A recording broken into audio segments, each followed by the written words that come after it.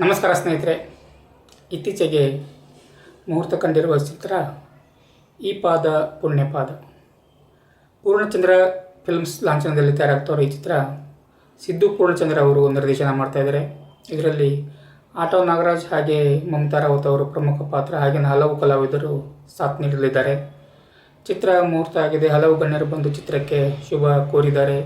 ಚಿತ್ರ ಚೆನ್ನಾಗಿ ಮೂಡಿ ಬರಲಿ, ಪ್ರೇಕ್ಷಕರ ಒಂದು ಮನಸ್ಸನ್ನು ಗೆಲ್ಲಲಿ ಅಂತ ನಮ್ಮ ಕಡೆಯಿಂದ ಚಿತ್ರಕ್ಕೆ ಶುಭ ಹಾರೈಸ್ತಾ ಇದ್ದೀವಿ.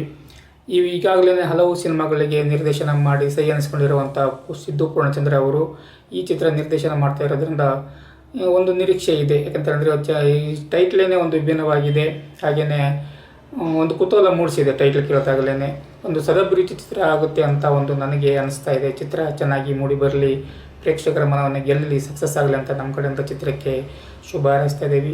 ಆಲ್ ದ ಬೆಸ್ಟು ಈ ಪಾದ ಪುಣ್ಯಪಾದ Kannada feature film. Thank you.